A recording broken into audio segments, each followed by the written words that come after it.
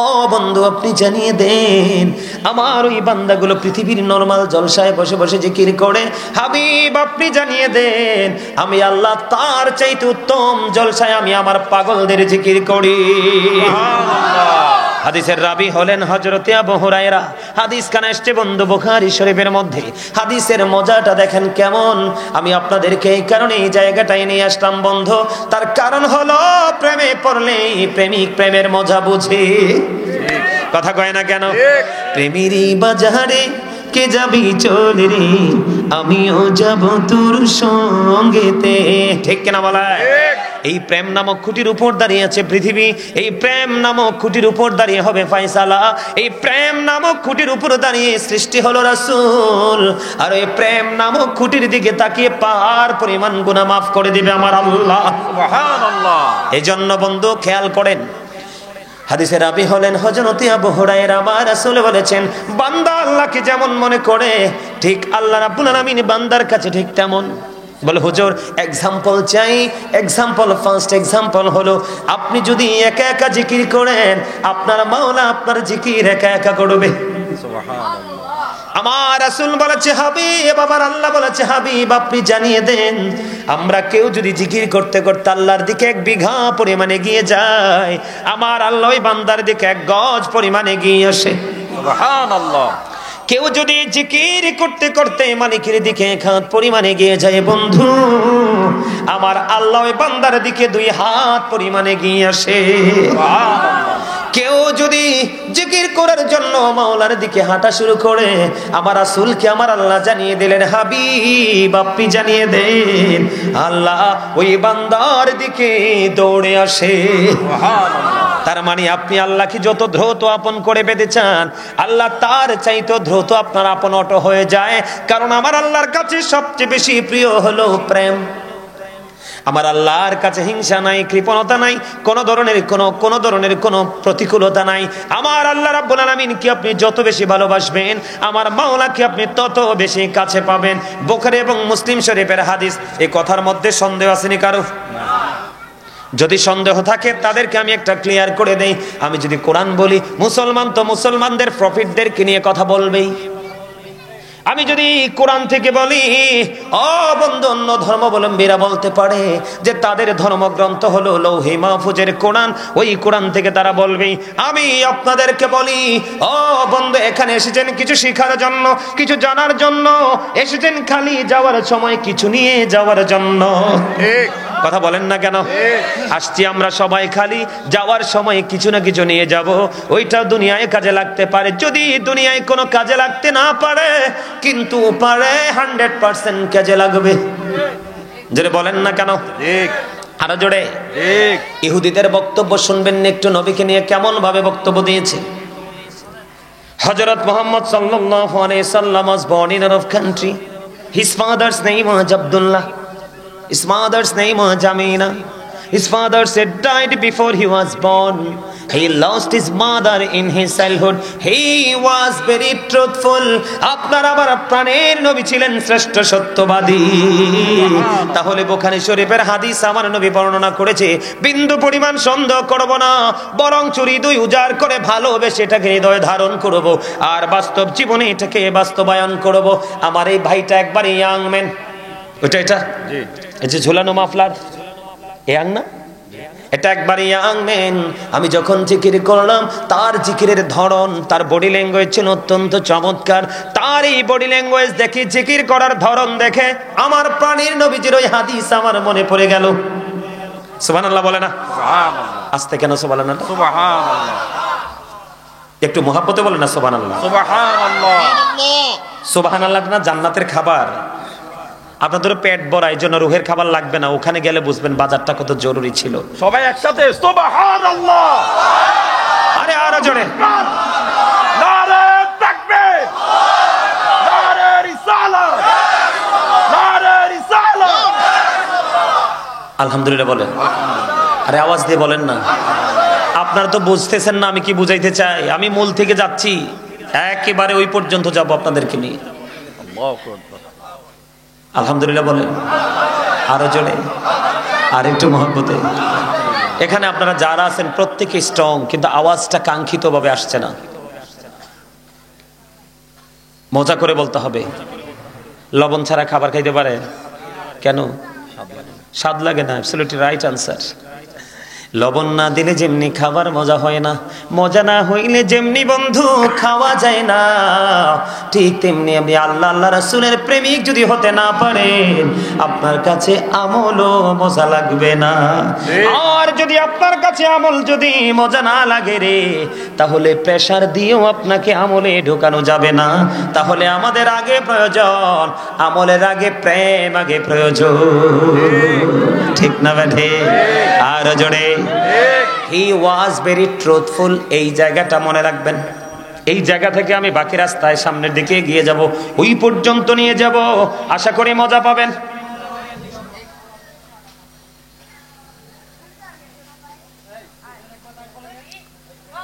মনু মোর একখান কথা হনো, কথাতে তো মনোযোগ নাই। মাঝখানে স্বাভাবিক কথা থেকে অস্বাভাবিক ভাবে কথা বলে দিলাম, একটা হাসিও তো দিল না। আমার কথা আপনাদের মন নাই। আমি মনু কইছি, কি কইছি? মনু মোর একখান কথা হনো, এইয়া বরিশাইল্লা কথা। আপনাদেরকে একটু ফ্রি করার জন্য, হাসানোর জন্য বলছি, কারণ নবীজি বলেছে সুস্থ থাকার জন্য যা কিছু প্রয়োজন এর মধ্যে অন্যরকম গুরুত্বপূর্ণ ভূমিকা রাখতে হবে হাসি। কারণ হাসি খুশি মন মানুষকে, জীবনটাকে অনেক স্বাভাবিক করে দেয়, প্রেসার মুক্ত রাখে। তা আপনাদেরকে হেইয়া মুই কইতে লাগছি, মোর কথা শুনেন নাই, কথা বুঝেন নাই।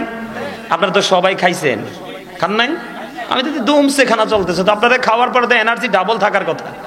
আমি কিন্তু খাই নাই, কয়েকটা খেজুর খাইছি। আমি কিন্তু খাই নাই। আমি কারো বাড়িতে গেলে দাওয়াতটা খাই না, যাই যাস দোয়া করে চলে আসি। আজকে আইছি কিছু রুহানি সহবত নেওয়ার জন্য। আলহামদুলিল্লাহ কোন? আরে আরো জোরে, আরো জোরে। কিন্তু ওয়াজ আরেকটা করা লাগে। এই জন্য আল্লাহ রাসূল কইছে ফেটটারে 3 ভাগ করো, 1 ভাগ খানা দিয়ে পুরো, আর 1 ভাগ পানি দিয়ে পুরো, 1 ভাগ ফ্রি দাও। আমার মনে আপনাদের ওয়াজটা আছে না, মানে গলা পর্যন্ত খাইছেন। কি ভুল কইছি নি? হ্যাঁ, এমন মানুষ অসুস্থ বেশি না, কথা কয় না কেন? আপনারা এই ওয়াজটা যদি শুনতে চান, আপনারা আমাকে একটু অ্যাক্টিভ করতে হবে আপনাদের আচরণ দিয়ে। কারণ আপনারা অনেক দূর থেকে আসছেন, এখান থেকে কি সোনা গয়না নিতে আসছে? আমরা আল্লাহ এবং রাসূলকে পেতে আসছি, তাই না? তো এই জন্য আপনাকে অ্যাক্টিভ হতে হবে।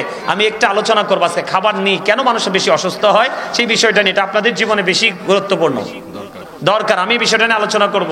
তবে আপনারা আমাকে কি করবে, শোনার মতো যে মানসিকতা আছে এটা আপনারা আমাকে বুঝাইতে হবে।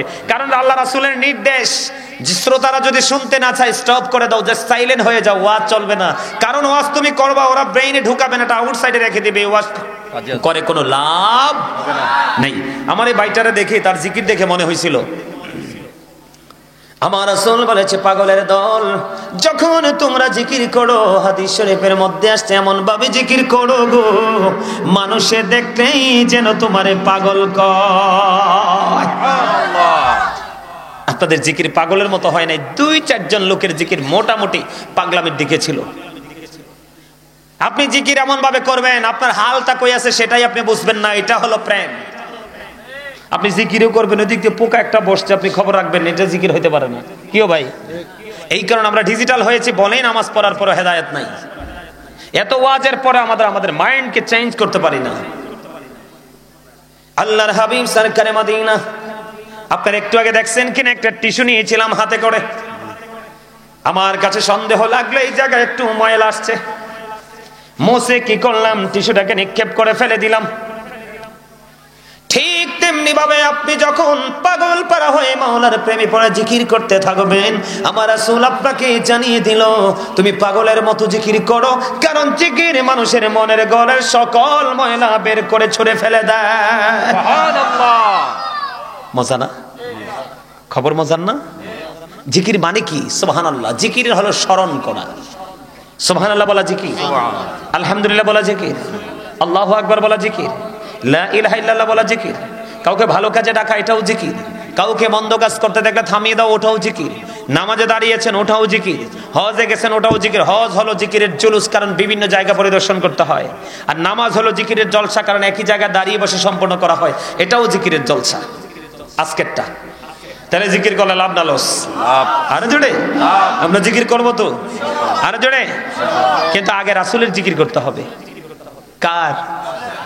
কারণ আপনি লা ইলাহা শিখছেন, কে শিখাইছে? রাসূল। আল্লাহ বলে, আল্লাহরে দেখছেন আপনি? কে শিখাইছে বলেন? কে? রাসূল না আসলে তো আমরা আল্লাহরে চিনতাম না, লা ইলাহা ইল্লাল্লাহ পড়তাম কখন? বুঝেন নাই? আমার ওই যে হি ওয়াজ ভেরি ট্রুথফুল, যেটা ইহুদিদের বক্তব্য, সেই বক্তব্যের জেরে আজকে আলোচনা করব। সবার শেষে একটা টপিক দিব, সুস্থ থাকার জন্য যে আপনাদের মেডিসিন দরকার, সেটা নিবেন ইনশাআল্লাহ সবাই? আলহামদুলিল্লাহ বলেন। আলহামদুলিল্লাহ। আর জোরে আলহামদুলিল্লাহ। আর একটা মহব্বতে আলহামদুলিল্লাহ। দে দে পাল তোলে দে মাঝি হেলা করিস না, দে দে পাল তোলে দে মাঝি হেলা করিস না, ছেড়ে দে নৌকায় আমি যাব মদিনা, ছেড়ে দে নৌকায় আমি যাব মদিনা। দিদি পালে তোলে দে মাঝি হেলা করিস না, দে দে পালে তোলে দে মাঝি হেলা করিস না, ছেড়ে দে নৌকায় আমি যাব মদিনা, ছেড়ে দে নৌকায় আমি যাব মদিনা। মৌকায় নবী এলো মা আমিনার ঘরে, হাসিলে হাজার মানি কাঁদিলে মুক্তা ঝরে, দয়ালে মুর্শিদে যার শাখা তার কিসের ভাবনা, দয়ালে মুর্শিদে যার শাখা তার কিসের ভাবনা। আমার হৃদয় মাঝে কাবা নয়নে মদিনা, আমার হৃদয় মাঝে কাবা নয়নে মদিনা। দিদি পালে তোলে দে মাঝি হেলা করিস না, দে দে পালে তোলে দে মাঝি হেলা করিস না, ছেড়ে দে নৌকায় আমি যাব মদিনা। ও নূরের রোশনীতে দুনিয়া গেছে বড়ে, সে নূরের বাতি জ্বলে মদিনার ঘরে ঘরে, দয়াল মুর্শিদে যার শাখা তার কিসের ভাবনা, দয়াল মুর্শিদে যার শাখা। আমার হৃদয় মাঝে কাবা নয়নে মদিনা, আমার হৃদয় মাঝে কাবা নয়নে মদিনা। দে দে পালে তোলে দে ছেড়ে দে নৌকায় আমি যাব মদিনা। মারহাবা মারহাবা। গজল গাইতে পারেন না? তোমরা কয়েকজন যুবক আছো, তোমরা তো ফাড়াইলা ওনার কথা। কি প্রেম বোঝো না এখনো? একটু মহাব্বত করে প্রেম করতে হবে। কি করে? মহাব্বত লাগাইয়া। মজা লাগছে না গজলটা? আরে রাসূলের শান গাইলে তো মজাই লাগে। লাগে কি লাগে না? আরে জোরে বলেন, লাগে কি লাগে না?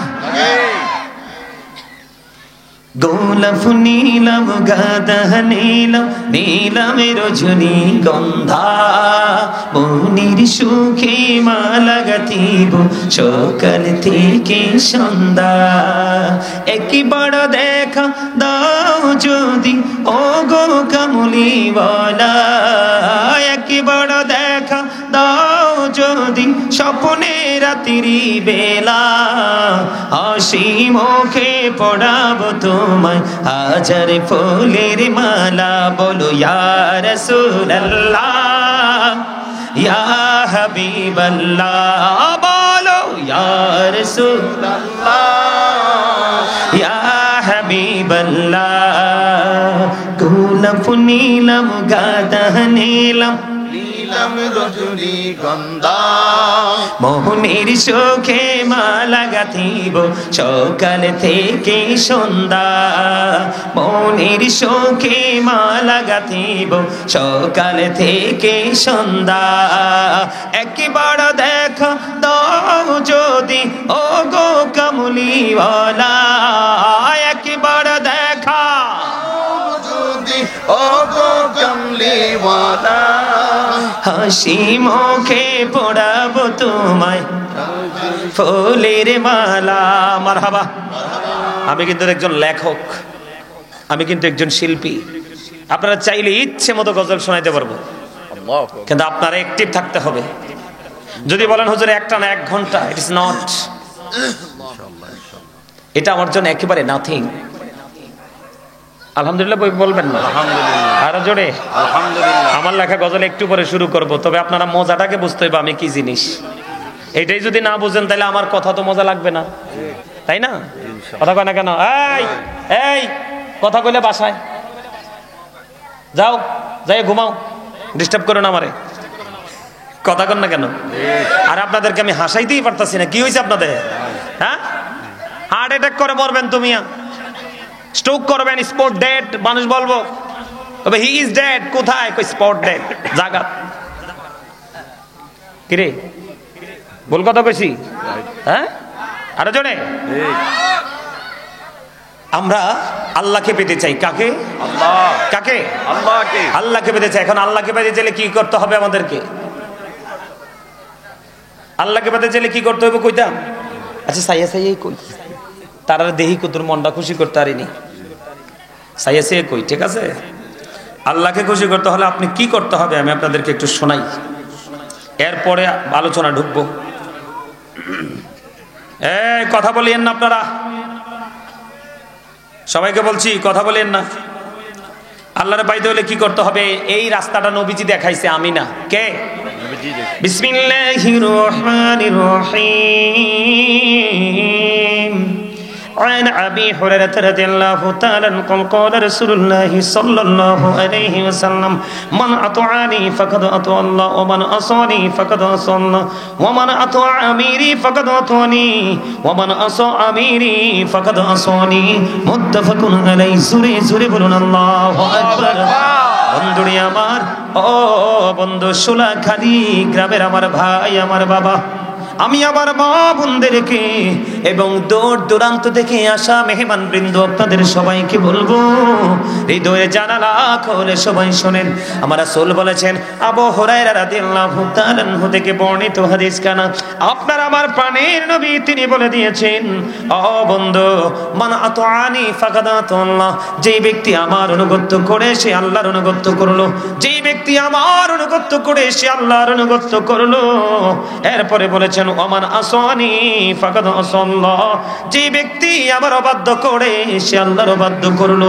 এরপরে সেকেন্ড স্টেজে সে রাসূল কি বলেছে দেখেন, ওমান আতা আমিরি ফাকাদ আতানি, যেই ব্যক্তি আমার আমিরের অনুগত করে সে আমার অনুগত করলো। এরপরে বলেছেন, ওমান আসা আমিরি ফাকাদ আসানি, যেই ব্যক্তি আমার অবাধ্য করে সে, যেই ব্যক্তি আমার আমিরের অবাধ্য করে সে আমার অবাধ্য করলো। বুখারী এবং মুসলিম শরীফের হাদিস। বন্ধুরে আমার, হযরতে আবু হুরায়রা রাদিয়াল্লাহু তাআলা আনহু থেকে হাদিস কানা বর্ণিত, আমার আপনার প্রাণের নবী তিনি বলে দিয়েছেন, যেই ব্যক্তি আমার অনুগত করে সে আল্লাহর অনুগত করলো, যেই ব্যক্তি আমার অবাধ্য করে সে আল্লাহর অবাধ্য করলো। এই দেখেন কত চমৎকার। তার মানে রাসূল মানলে আল্লাহ মানা হয়, রাসূলকে অমান্য করলে আল্লাহর অবাধ্য হয়। ঠিক কিনা বলেন? এটা হলো হাদিসের প্রথম অংশ। আপনি সন্দেহ করার কোনো অবকাশ নেই। ইহুদিরা যদি বলতে পারে হি ওয়াজ ভেরি ট্রুথফুল, ইহুদিরা যদি বলে আপনার আমার প্রাণের নবী সত্যবাদী ছিল, তাহলে আপনি যদি এটা সত্য বলে বিশ্বাস করতে না পারেন, তাহলে আপনি মুনাফিক ছাড়ার কিছুই না। কেনা বলেন? আরো জোরে। এরপরে সেকেন্ড স্টেজটা দেখেন কত সুন্দর। আপনারা যারা সাধারণ মানুষ ওই দূর দূরান্ত থেকে ছুটে এসেছেন ও সোলাখালি দরবার শরীফে, ও বন্ধু আপনারা যারা ছুটে এসেছেন, আপনাদের আশার ওয়াজ এটা।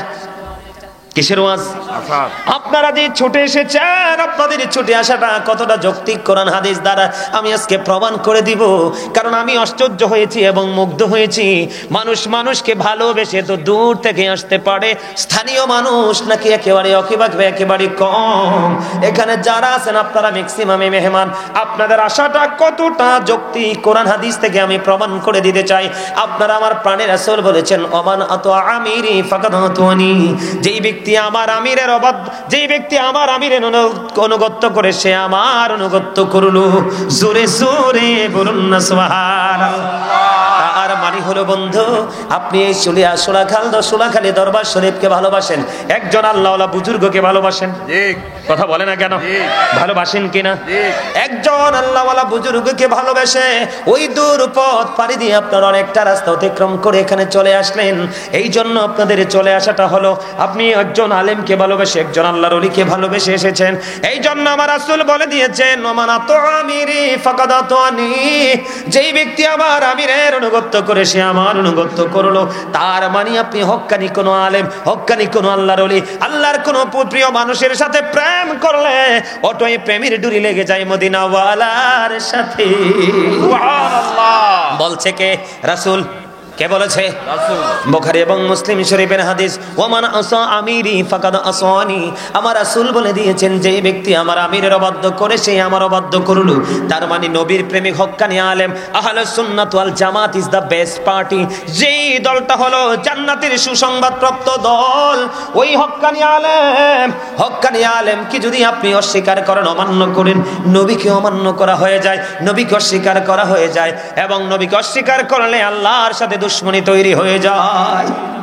কথা কয় না কেন? আরো জোরে বলেন। এখন এটা তো হাদিস বললাম, অনেকেই কিন্তু বলতে পারে যে হাদিসটা ঠিক না বেঠিক। যারা বোঝেন না, কোরআনে তো সন্দেহ করার কোনো সুযোগ নাই, আসেনি? কথা বলে না কেন? কোরআন নিয়ে সন্দেহ করলে ঈমান থাকবো না। আরো জোরে।